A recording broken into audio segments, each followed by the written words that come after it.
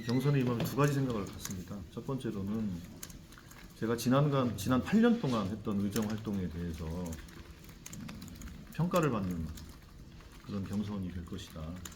우리 권리당원과 유성 구민들이 저의 8년에 대해서 어떻게 평가하시는지 그 평가 결과가 저의 성적표일 것이다. 그런 생각을 갖습니다. 두 번째로는 이번 경선 과정을 통해서 민주당과 민주당의 지지자들이 국민의힘에 맞서 누가 필승카드인지 그거를 우리 권리당원들과 시민들께서 가려줄 것이다 그런 생각합니다. 이 두 가지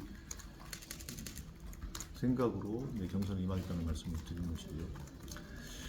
그러면 이제 국회의원이 돼서 어떤 일을 하고 싶은 것이냐, 이것도 크게는 이제 두 가지로 말씀을 드릴 수 있을 것 같습니다. 첫 번째로는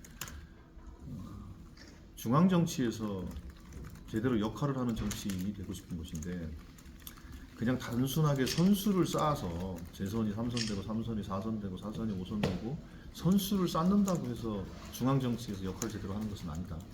그만큼 정치적인 역량과 또 정치적 네트워크가 있어야 가능한 것이라 저는 생각합니다. 그런 점에서 보면 제가 3선이 돼서 지역을 대표하는 정치인으로서 정치적 역할을 더 크게 하겠다라는 그런 생각을 가지고 있고, 또 그런 선택을 우리 시민들과 유권자들에게 요청을 드리는 겁니다. 그러니까 단적인 예가 저는 그렇다고 생각을 해요. 제가 8년간의 국회의원을 하면서 6년간 간사를 했는데, 간사를 6년 동안 한 사람이 없어요. 근데 왜 간사를 6년 동안 했냐? 그건 중앙당의 평가죠. 중앙당의 그 일에 대한 평가라고 저는 생각합니다. 정치적 역량에 대한 평가이다. 그래서 이번에 이재명 대표가 준연동형제를 유지하면서 비례연합정당을 만들겠다라고 이제 국민들에게 말씀드리지 않았습니까? 그 비례연합정당을 만들기 위한 민주 개혁 진보 세력들의 연합정당을 만들기 위한 이제 추진단을 만들었는데, 추진단에 제가 이제 합류를 하게 됐습니다. 합류를 해서 제가 맡게 된 것은 정치협상을 맡게 돼 있는데, 사실 제가 이건 좀 고사를 했어요. 왜냐하면 경선도 해야 되고, 그러니까 좀 봐줘라 그랬더니 지도부에서는 제가 그동안 간사 6년 동안 하면서 했던 여러 가지 협상력이라든지 전술 전략이라든지 이런 정치적 능력들을 봐서 아주 중요한 협상을 하는 데 있어서 꼭 좀 그 역할을 맡았으면 좋겠다라는 요청이 있었기 때문에 제가 더 이상 거절하지 못하고 하게 되는 거거든요.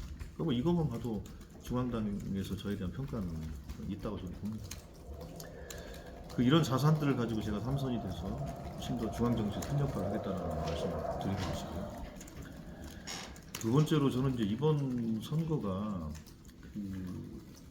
대한민국의 앞으로의 큰 방향을 정하는 매우 중요한 선거라고 저는 생각을 해요.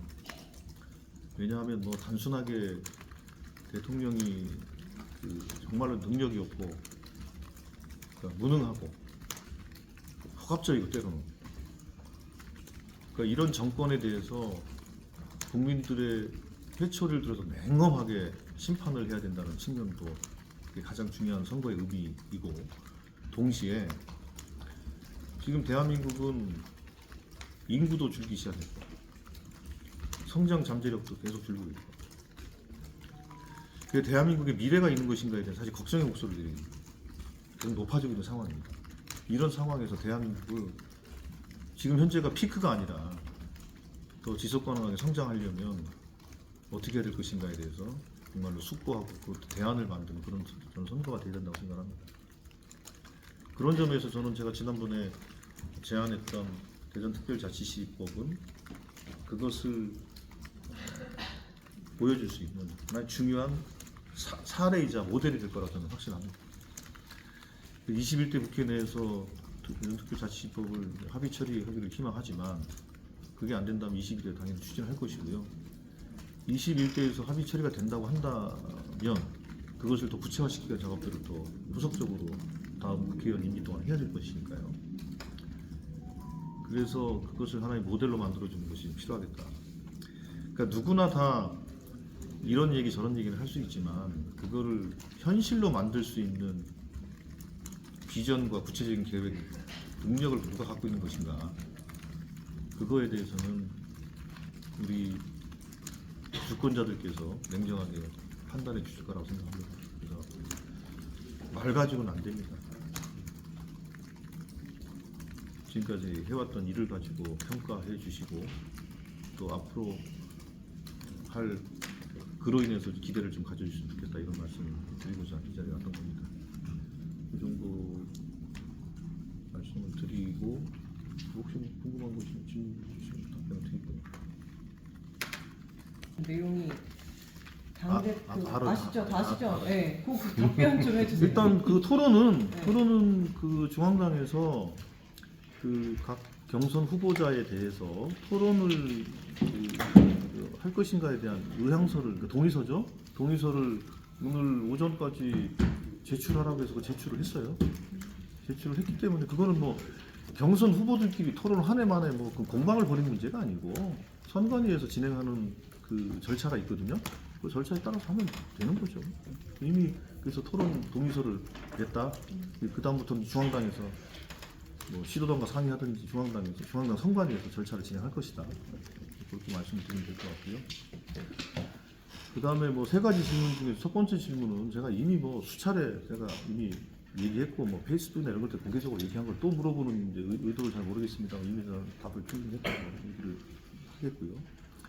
덧붙이자면, 그러니까 저는 이번 그 경선이 지난번에 이재명 대표가 설 연휴 때 그 단결을 호소했던 저 페이스북 이제 SNS 글을 올렸던 게 있거든요.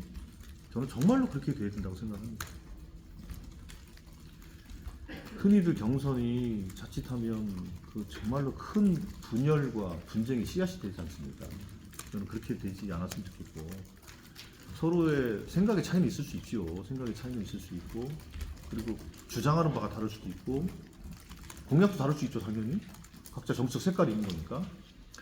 근데 그게 상대방을 공격하고 분열시키는 것이 돼서는 곤란하겠다. 그래서 저는 이번 경선이 정말로 우리 민주당 내부의 힘을 모으는 그런 경선이 됐으면 좋겠고, 그래서 저는 오광영 후보에 대해서는 그분이 뭐를 잘했니 못했니 뭐 이런 거에 대해서 저는 평가를 비판, 비난을 안 할 생각입니다.